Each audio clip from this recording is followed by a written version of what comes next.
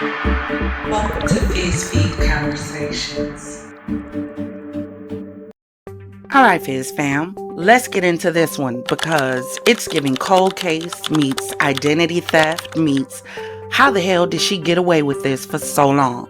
So, in December 2007, a burned black bag was found on the side of a rural Georgia road. Inside, a dismembered body with the head, hands, and feet missing. No ID, no matching missing persons, no answers. That body, it sat in evidence for 16 years until forensic genealogy in 2023 confirmed it was 24-year-old Nicole Alston of Manhattan, New York. Police say the killer was her girlfriend, Angel Marie Thompson, who didn't just allegedly take Nicole's life, she took her identity. For almost a decade, Angel collected Social Security, housing assistance, food stamps, allegedly totaling almost $200,000, all under Nicole's name. Angel was arrested in 2024 for concealing a death and fraud. But in August 2025, prosecutors dropped the hammer, malice murder, and 2 counts of identity theft. Possible human trafficking charges are also on the table. Now, here's where I have some questions, right? And I want y'all to weigh in the comments. What do you think? Where are Nicole's head, hands, and feet? Were they hidden, destroyed, or kept as some kind of twisted signature? Where's the actual crime scene? Like, we know where the body or the bag was dumped and burned, but where did the murder actually happen? Was it in their home? Was it somewhere else? Why did it take so long to connect the dots? 18 years is a lifetime. Were there no missing persons reports filed? Did no one realize Nicole was gone? Better yet, did no one realize that her girlfriend was assuming her identity? Nobody took her to a bank, to a store, nowhere to realize the identity she was using wasn't her own. Nobody on her family side that was questioning where her girlfriend was. What happened to her? Did she just disappear? And why do you still have all of her personal belongings? Was she ever officially declared missing? Or was her disappearance swept under the rug because Angel had all of her documents and could impersonate her? And the big one, how many other victims could there be? If you can steal one life so seamlessly and callously take it, could there be more? That's the question. See, for me, the part that hits hardest isn't just the unaliving. It's the fact that Angel allegedly lived as Nicole for years. It's one thing to take a life. It's another to wear it like a costume while cashing the benefit checks. And it makes me wonder, how many other cold cases are there out there because someone got away with becoming their victim? So we're going to follow this one because I need some updates. And if you want some updates too, make sure you hit that like and subscribe button, hit the notification bell so you'll be notified when we jump into whatever sector we jump into for another show, but especially to follow this one. So my question to y'all, riddle me this. What do you think happened to Nicole's missing remains? And how would you close the gaps in this case? You already know. Our opinions, their stories. This is FizzFeed Conversations. Thank you for joining me today. And until next time, keep it bubbly, keep it sweet, and always remember, if it doesn't cause you to elevate, baby, it's causing you to depreciate. Now raise those glasses, clink, and let's drink till we meet again. Ta-ta. At 7, an arrest in a cold case dating back nearly 2 decades. Fulton County District Attorney Fani Willis announcing murder charges today in the gruesome killing of 24-year-old Nicole Alston. Atlanta News First reporter Adam Murphy live outside the Fulton County DA's office in downtown Atlanta. Investigators said Nicole Alston's body was found on the side of the road in a burning bag back in 2007. Her remains were not identified until 2024. This is a picture of the defendant. Fulton County District Attorney Fani Willis announced the arrest of Angel Thompson in connection with the 2007 murder of 24-year-old Nicole Alston. We are going to take our time so that we put together an indictment correctly, but it will involve human trafficking as well as this murder, because we believe that this victim was trafficked, prior to her murder. According to the arrest affidavit, Thompson and Alston moved from New York to Georgia 18 years ago. They lived together at the Genesis Gardens Apartments in Palmetto. It was here that investigators say Thompson brutally murdered Alston, dismembered her body, and dumped it on the side of the road in Troup County. It's beyond the pale of what it took to do this. It took a true sociopath to do what happened here. Investigators said it took many years of police work and high-tech DNA testing to identify Alston, and then begin to track down who they believe was her killer. The reason that they were not able to identify her is because until this day, we still have not been able to find her hands, her feet, or her head. Upon further investigation, detectives said they discovered that Thompson used Alston's identity after the murder to receive nearly $140,000 in government benefits for 8 years. Continue to open email accounts, to continue to open bank accounts in the victim's name, to continue communication with SSI and HUD housing to receive those benefits. It's astounding that she was able to do what she did for how long she did it. Alston's mother, Sylvia, said her daughter had dyslexia and was dependent on others, which could explain why she was victimized. She didn't deserve this. And I wish I never let her come to Georgia. And back outside the Fulton County Courthouse here in downtown Atlanta, Fulton County DA Fonnie Willis said if there is any information regarding any other women being victimized or trafficked, they want to know about it. Willis said you can expect an indictment in this case around the end of October. In downtown Atlanta, Adam Murphy, Atlanta News First. Here to announce the arrest of Angel Thompson. This is another cold case that will be prosecuted by this office. I want to allow most of my time to let you all ask questions. So much of what I'll do is just introduce people. First, I think that we should start with Mr. Clay Bryant. Clay Bryant is here. He is with the Troup County Sheriff's Department. It is because of his diligence and just really unwillingness to give up the fight for justice that brings us here today. But everybody needs a partner in life, and it seems as though he found one in Sandy Springs Police Department Detective John Nanoff, who has done an amazing job putting this together. And if you have been here with us for other cold cases, you know that Cheryl McCullum of the Hateville Police Department has been an integral part of this case. This case involves what are just horrific facts. We know that we had a young lady move down here like young people do to start her life, Miss Nicole Alston, and that's a name that I want you to remember because that is the important name. She was 24 years old at the time of her death. When they found her body, it was cut. They found 13 pieces of her body, but they were not able to identify her. And the reason that they were not able to identify her is because until this day, we still have not been able to find her hands, her feet, or her head. And so there was no way to identify her. It is modern science and really the Sheriff's Department who decided many, many years ago to load up the DNA from this case into the system. Luckily for us, Miss Alston's sister tried to do Ancestry, and that was the first time that we were able to identify this young lady. Once we identified her, we were able to find really a wonderful story and a trail of love. I have here today with me Miss Sylvia Alston. This is Miss Nicole Alston's mother.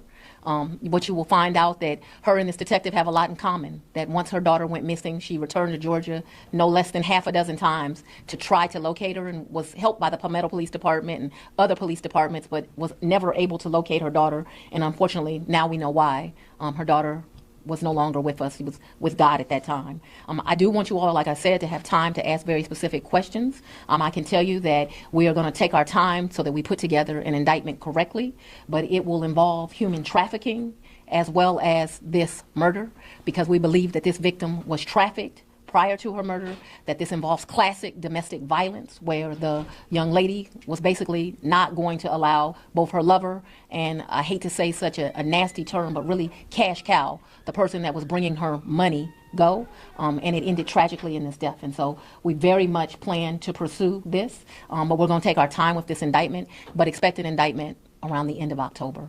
With that, I would like you to be able to ask questions, mainly of our detectives in this case. So if you will step forward. So. Again, this, like I said, it is the person that would not let this case go. Are there any questions that you specifically have for him? Sir, if you could first just talk about just the emotions involved in this case and to finally bring some answers to the family. I'm a parent as well, and the just the feelings of frustration and abandonment that Ms. Alston must have felt when she couldn't get back in touch with her child, knowing something's wrong, and it's just, I couldn't imagine it. I've dealt with a few of these situations before, and these families just go through so much, and everybody talks about closure, and there ain't no such thing as closure. You got birthdays and Christmas and Thanksgiving and family things, but they deserve some finality. They deserve the truth, and we were just lucky enough to be able to find some facts that led us to the truth of what happened to Nicole. And Sir, can you tell us, I'm sure you've covered a lot of cases, but this one, the horrific nature of this case probably is... It's beyond the pale of what it took to do this. It took a true sociopath to do what happened here.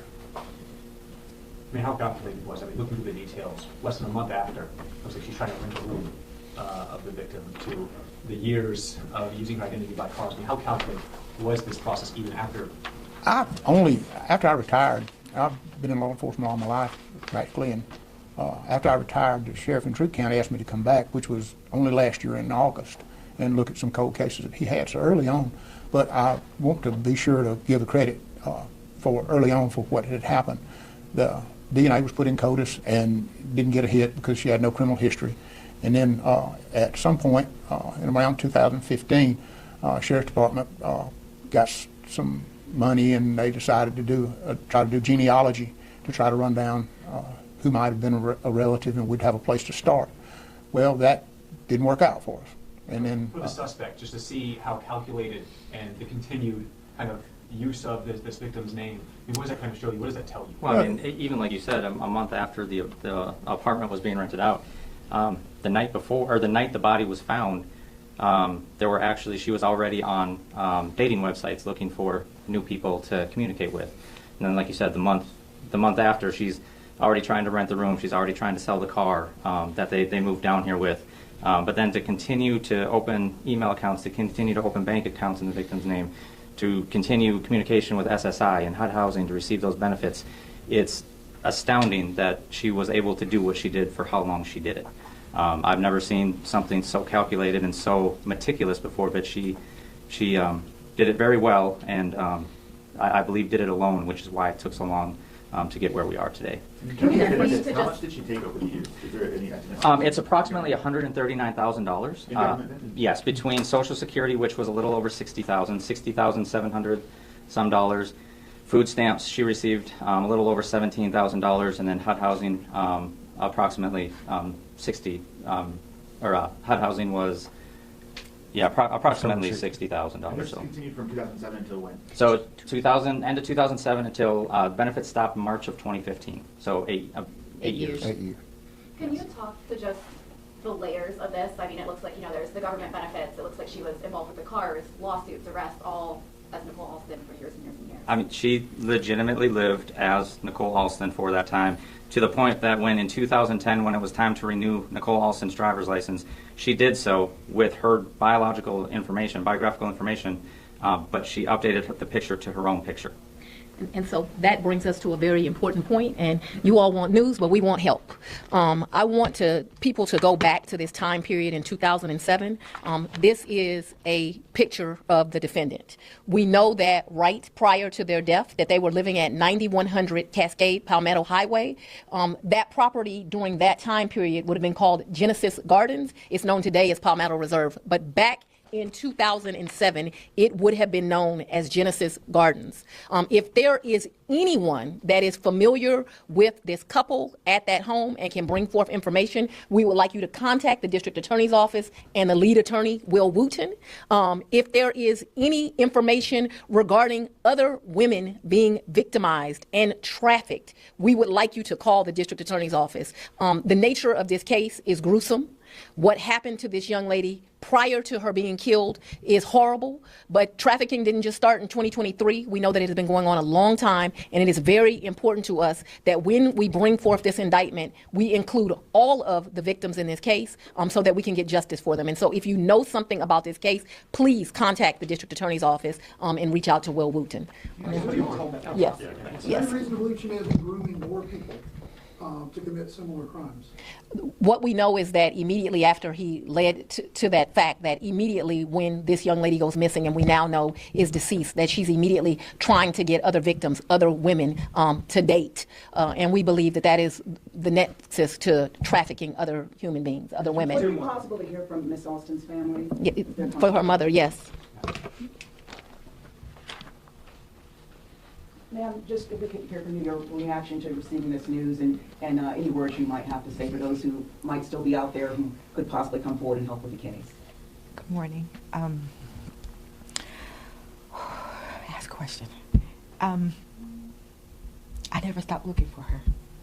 Not receiving a call at Christmas or New Year's or birthday. It resonates because that wasn't Nicole. But she was grown, and you don't always need your witching mama. So I didn't think of it much, but she didn't deserve this. And I wish I never let her come to Georgia. Ask a question because I'm not going to hold up well with regular stuff. Just for those who never had a chance to meet her, for those who never got to know her. Nicole was bubbly. She had a smile that was infectious. Yeah, Beyonce, her favorite cartoon character was Tweety. She would make these... Make pretty pictures. Yes, she was an artist. Nicole had some learning disabilities that I say to her artisticness, which possibly led to her being victimized in this way. She kind of depended on people for help. She had dyslexia. And so her needing people that she trusted would have been paramount.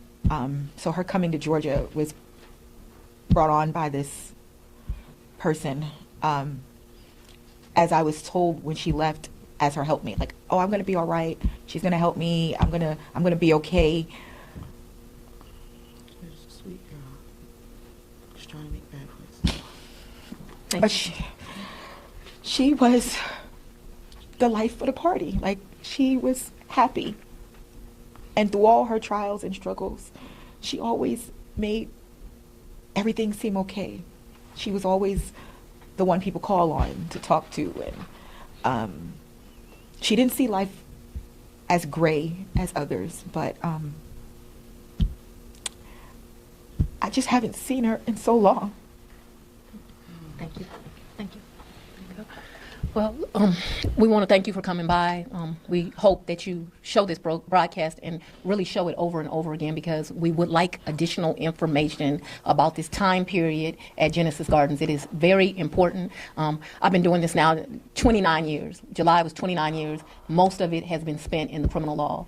This is by far one of the top 3 gruesome cases, and her mother led on to it. We know that this young lady was taken advantage of because she had to depend on people to get around because of her dyslexia, but she had value, she had worth, and she did not deserve this, and so we're asking for the public's help today. Thank you. Relationship, friends, were they romantic? Can you, elaborate?